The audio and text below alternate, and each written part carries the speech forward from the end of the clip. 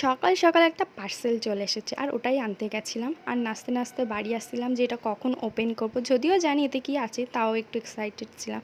আর এটা হাত দিয়ে খোলার চেষ্টা করছিলাম কিন্তু হচ্ছিল না, লাস্টে আমি কাঁচি দিয়েই করতে হলো। আর সন্ধ্যাবেলা ভাবছিলাম কি করব না করব, তারপরে একটা ভাবলাম যে না, গণেশ করি। তো গণেশটাই ট্রাই করছিলাম, তো বড় করে করছিলাম, যার জন্য আমি প্রথমে ড্র করে নিয়েছিলাম। আর দেখো ফুল লুকটা কেমন হয়েছে অবশ্যই জানিও, যদিও এটা প্রথমবার ট্রাই করেছি।